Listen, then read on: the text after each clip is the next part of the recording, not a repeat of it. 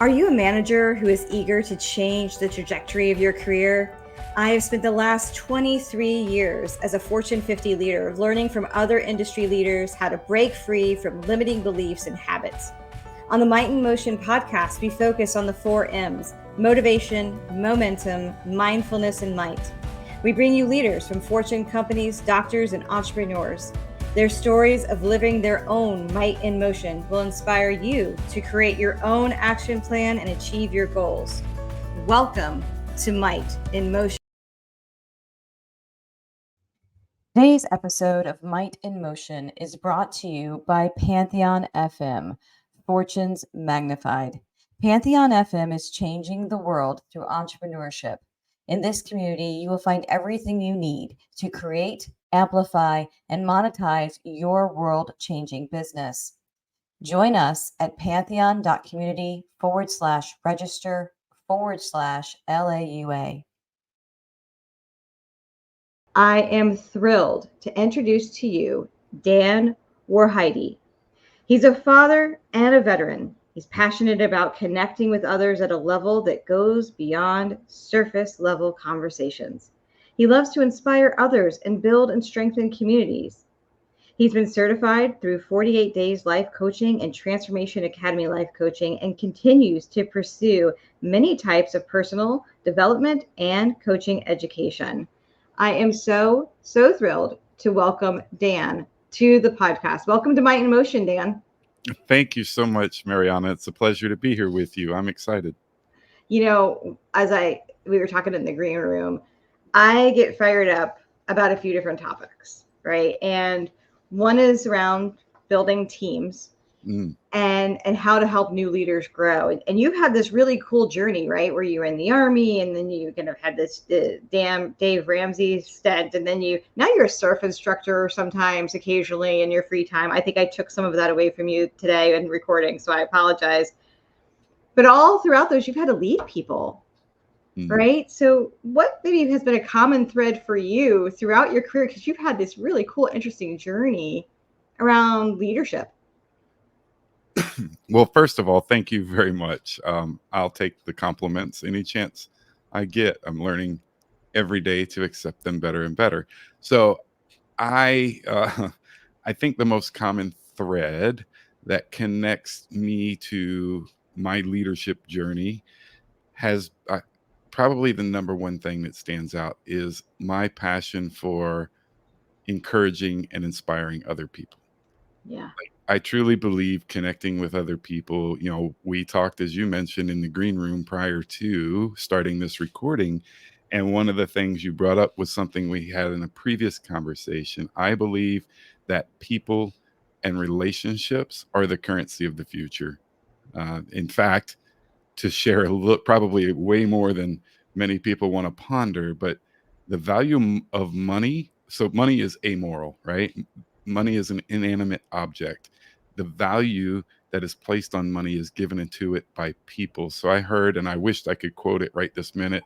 I don't remember the snippet on the podcast I was listening to, but the conversation revolved around that. If you and I, now the US would probably be a bit more of a challenge than just you and I, but if we chose today not to place a value on the dollar anymore and invest our value in people, it would shift the entire culture in how we view money. Now, again, it would take more than just you and I, but if you go back in our history, you would see that, you know, not just here, but in many countries, their currency has failed because people didn't believe in the value of the currency.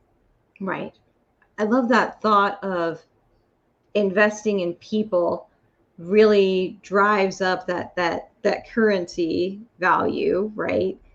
Because so many times in my career as an observer, sometimes personally, I've made this mistake where I forget or people forget to invest in their people, invest in their teams. Sometimes that investment is not just, let me get you in the latest and greatest class on how to write SQL, right? It's how do you invest in people as people? Absolutely. And it just requires listening. So I'll touch on a little bit of my early career in the military that kind of led me on this journey or started to help me recognize this is the journey I wanted to be a part of. And I've got to be careful what I say, maybe, but there's probably people that can resonate with what I'm about to tell you. In the military, my experience with leadership as a whole is, I learned a lot about the difference or the distinctions between managers and leaders, number one. But then of leaders, there were many who had poor qualities in leadership. They didn't really care about the people. It was more about looking good for themselves or some other internal goal that was driving them. And the leadership style wasn't effective from where I was sitting and able to observe as sort of a third party, if you will. Even some of my direct experience was not very pleasant leadership. And so when I finally had the opportunity a few years in, I'd grown through the ranks in the Army, and I started to have the opportunity to mentor and lead junior soldiers as part of my team. And that's when I saw the opportunity to really start investing in how we can shape the future of leadership in the military, because I knew, first of all, it's 100% attrition rate. I wasn't going to be there forever. I couldn't impact the change that I wanted to see that far out unless I invested in those junior soldiers who were always eager to learn how to excel, improve in all aspects of their life, not just in the military. So that sort of led me on this pursuit of knowledge, so to speak, about how I could continue to improve my leadership and the things that I was doing. I mean, that what you're talking about sounds like legacy building, because you totally recognize you're not going to be there forever. The people that you're currently mentoring, and when you were mentoring them in the military, they're not going to be there forever, but you have the opportunity to create this ripple effect into the future. Never really considered it that way, but you're absolutely right. I think every leader has that opportunity, right? And sometimes when we are new leaders coming in, people don't always realize what kind of impact they can have on the people on their team, positive and negative. And you end up with these situations sometimes where you're just like, I don't even know how to handle this. I didn't grow up with that, or I didn't ever experience that in the past. And you don't have a really good foundation to lean back on, or decades of experience to lean back on. Do you have any kind of advice or tips and tricks for new leaders when they're maybe faced with an unprecedented situation or something they've just never dealt with before? Absolutely. And while I was in the military, I spent about 13 years as a sexual assault victim advocate. I prefer the term survivors, so I was advocating for survivors of sexual violence in the military, which if anybody pays any attention to the news, the media, that's prevalent, not just in the military, but in so many places. And beyond that, dating violence ties directly into, because there's a continuum of events or a continuum of behaviors that occurs. And it starts with simple things that are probably more on the domestic violence, sexual violence side of things before it becomes a full-blown assault and ultimately death at the worst case scenario. And, you can look through and see plenty of examples anywhere in the world about that. So I won't get into it. But what I learned most from being in the advocacy side of things is when you're presented with a challenge that you may or may not have encountered. And now that gets deeply personal. So I'll talk to another piece in a second. But on that personal side, right, people want to be able to trust in people. And as a leader, you should always be prepared for someone to look up to you as a leader and come to you with something that might be deeply personal.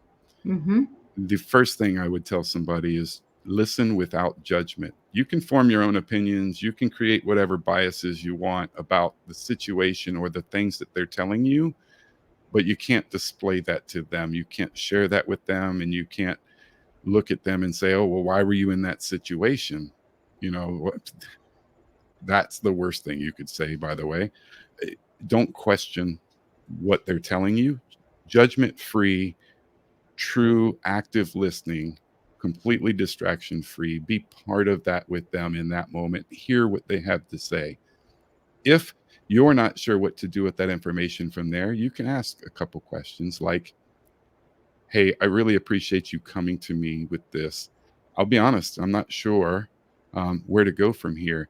Are you wanting to share this with me as someone to confide in? Are you wanting to share this with me because you'd like advice from me or someone that I can put you in touch with, resources? What would you like from me in this particular scenario? I think that's one of the best questions we can ask, not just in leadership. Mm-hmm. That's something I've learned about relationships, period. So, that's the first thing. Listen to them judgment free, and kind of try and understand what it is they're coming to you or why it is that they're coming to you. But remember, even if it's not, maybe somebody comes and shares a win with you, by the way, all it takes is 30 seconds to a minute to hear them without judgment. If there's a safety concern that comes up that's not an immediate threat, if you can just be present with them in that moment, they will have so much more respect for you as a leader for sharing that moment with them. The example I like to use there, and I'm probably going way off, so stop me if you need to, Mariana, but No, this is great. the example I've used in the past on that is, soldiers love fast motorcycles. And Yeah.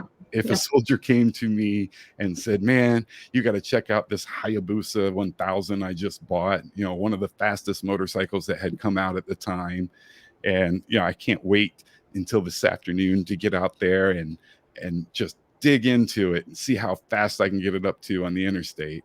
And you might be tempted to say, wow, that's no. I like that no, because that's, as a mom, that's exactly what I would have said. You might be tempted to do that, but Yeah. if you just ask, maybe you have no interest whatsoever in motorcycles. We could talk about golf, and I'd be like, but I'm going to be interested in it because you chose me to share that with Yes. in that moment. They chose you to share something in their life with you. And all it takes is a moment in a win scenario, especially, all it takes is a moment to recognize them, ask a question. Oh, wow. What color is it? How fast will it go? And you can be grateful that they've shared with you, Yeah. engage with them for a moment, and move on. If it's a safety thing, like I mentioned earlier, figure out if it's something you can come back to later instead of right there in that moment. Mm-hmm. Because you can have us, hey, earlier you shared with me, and I had a couple concerns. Is it okay to discuss them now? Right. Right? You can do that before they leave work, and then address the safety issues. But on the personal side, the judgment-free piece, listening to them, and knowing also that they chose you and there's a reason. So trying to ascertain what it is that they're seeking from you in counsel, or just being able to confide in another person. And if you're not sure what to do with that from there, go find the resources. They're plentiful. Yeah. Online, just do a Google search. Hey, what are some great resources to provide someone in this situation? Chat GPT will probably answer that question for you too. So, it's easy to access that information. If you have an HR director, obviously you're going to want to go seek out guidance from your HR director. If you can seek the person's permission to go with you, that would be even better, because then you can have that warm transition and the feeling of safety in that process. And then understanding in a personal situation that the most powerful thing you can do for them is empower them to make their own choices in every step of any process. Would it be okay if we went together to HR? If the answer is no, that's completely fine. Would it then be okay for me to go seek guidance and counsel from HR in what resources I can provide to you? Give them the power back, because that's the biggest thing in those sexual violence and relationship violence concerns is they're being stripped of their own power. So I'll get off of that pedestal for a moment and go back. When I was an instructor in the military, my gosh, there were things that occurred probably on a daily basis, to the point that almost nothing surprises me today. If somebody shares something with me, or if I see something happening in the world, I'm not phased like I once was. So Yeah. maybe a bit jaded, I don't know. But Well, I mean, the same thing we were talking about this in the green room too. I mean, I've over 2 decades of experience. It's very rare that somebody comes to me with something now, and I'm like, I've never had to deal with that, right? But I will tell you, anytime there is something over at a certain point, it's like I'm required, right? I'm required to bring along an HR partner, which might be some of the difference between maybe military versus being in a corporate space, but it's really it always made me personally, I'm like, wow, okay, I feel like, okay, that person trusts me. I've created something along the way, right, where they feel that they can trust me with whatever that issue is or concern is, and now I have an obligation to maintain that trust. absolutely. And the easiest way, again, is seeking that person's permission, even if it's a mandatory reporting requirement, Mm-hmm. as you alluded to. uh, I know that that exists, but it doesn't change it to Yeah. simply empower that person to make the decision for themselves. So Yeah. on the instructor side, right, there were all kinds of things that happened, and what I recognized is the easiest thing to do in any situation, non-personal, moving over to, what if something happens in the workplace that was the least thing you expected. It is, one, to remain judgment free. Yes. Try and seek understanding of what's actually happening. Don't make judgments with critical, um, Mm-hmm. any kind of critical intent. Even if the intent's not there, judgment passes as critical. So, seek first to understand what the situation is, or what happened. And that looks a lot like just asking non-biased questions. So remember to there's something we could probably spend some time talking about too, but uncovering your own biases, spending Yeah. some time to understand what those look like and how they show up in the world, will certainly help anyone in a leadership position navigate stressful situations, navigate challenges, or even lend themselves well to problem solving. So, Yeah. A lot of times people talk about everybody has their own their brand, their personal brand. And sometimes you go through a long career and you are able to change your brand, right? And you've done a good job of doing that, but others still have that bias of what you once was, right? How you maybe in the past you had acted or spoke or presented yourself, right? yes. Are there things that you think leaders can do to break free from a bias of maybe prior experiences when somebody has actually made progress in changing, how they show up, right? And or how they perform, etc. Hmm. I can't say that there's one thing that stands out in shifting other people's perceptions of who you are and how you show up. So, Mm-hmm. probably the number one thing I would recommend to anyone is continue to show up as who you are, as Yeah. your authentic self, and remember that your past is simply a guide to your future, right? You I Yeah. loved Chris Hogan. Is a tremendously powerful speaker.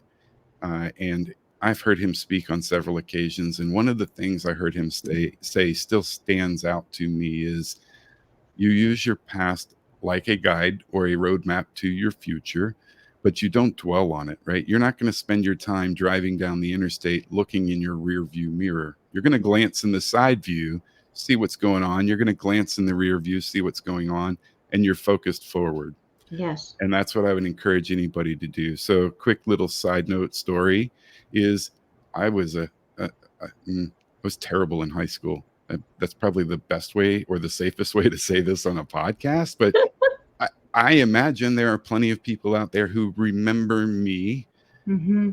from high school, and question how I could offer any value to anyone, would be my best guess. Now, they didn't know me personally, because if they did in that time frame, they would know that that was just the mask that I sort of wore around. To truth be told, I was really bored with high school. It Mm-hmm. didn't challenge me enough, and for those reasons, I found other things to occupy my time. Now, I didn't get into like the drug scene or any of those things, but people would automatically associate me with those spaces. So this I'm sure they still see me in those spaces, and I'm completely okay with that because I know who I am. I know the value that I bring to the people that I serve, and I know that my passion is for serving people at the highest level. So I don't let it deter me. Yeah, I like that thought process of you know, I'm in transportation, so that really meant a lot to me. Like, you can't, if I'm looking in the rearview mirror, I'm definitely going to hit something in front of me, because that's, unless I'm driving backwards, right?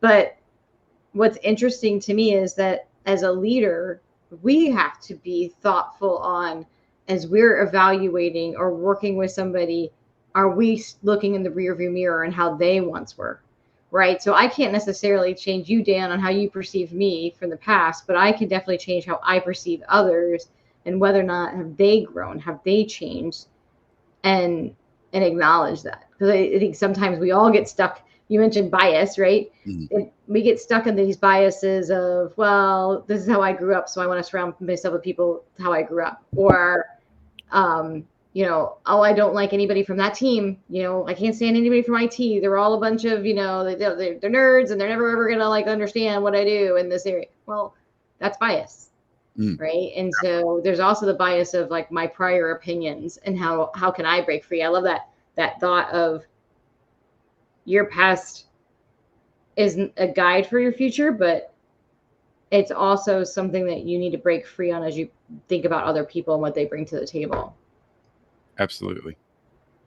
Um, so you've got a lot of cool things going on too. So you are kind of rebranding a podcast. I know, and I don't know how far along with you, and you were interviewing, I think, 100 people as well last time we talked. So I don't know if you've completed that or not, but can you share with the audience some of the cool things you have going on right now?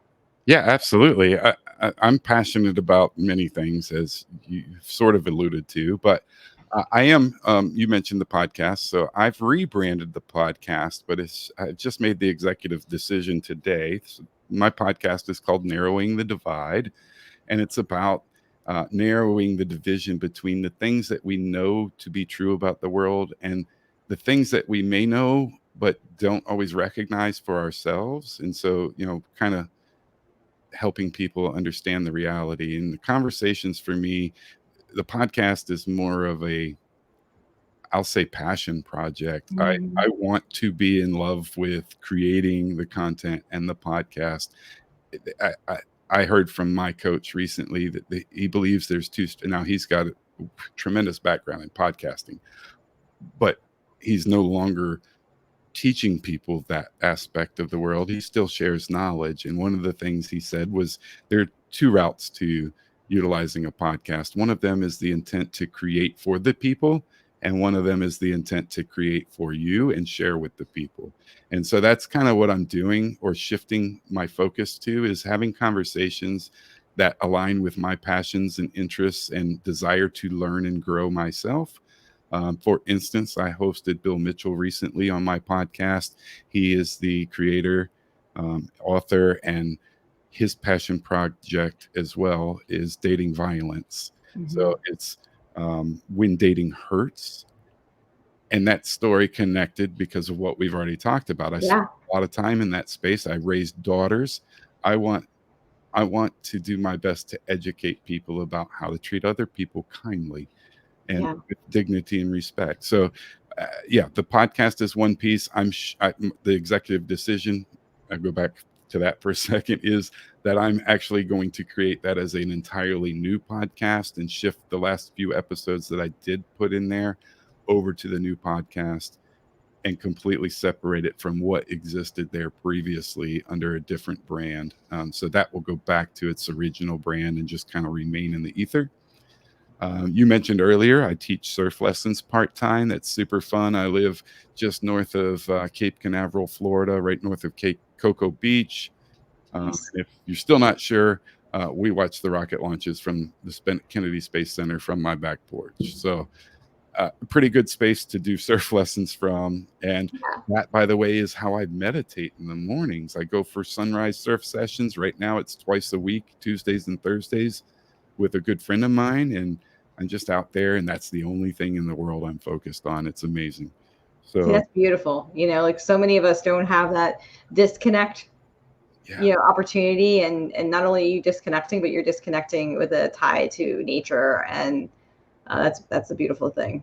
Oh yeah, I could go on about that one. That's a whole different conversation we could have. But yeah, so doing that, the 100 conversations you mentioned is actually 100 coaching conversations. So I was challenged to schedule 100 coaching conversations with people as my gift. No strings, no obligations, no expectations that any of them will ever become a paid client of mine.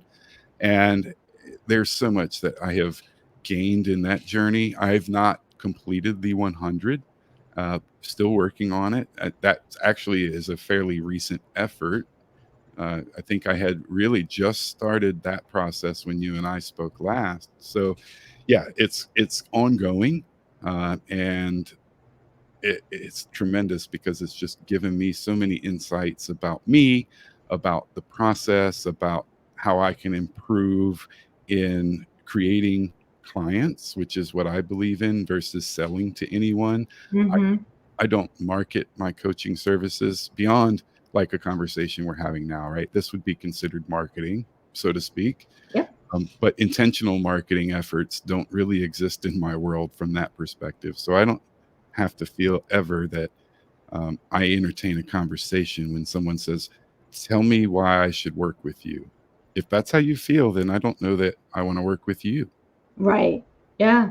Now, if So, somebody's interested and they're like, wow, I've really enjoyed hearing what Dan has to say. This has been an interesting conversation with your varied background. I mean, we didn't even get into the Dave Ramsey stuff, right? So, like, you obviously have like this whole other piece we haven't even touched on. What's the best way for people to reach out to you that they're like, man, I'm really interested in what he has to say, and maybe I could be one of those 100 people? I'll be happy to share that. Thank you for asking that question. Before I do that, though, I just want to say, hey, look, Mariana is putting in the work here.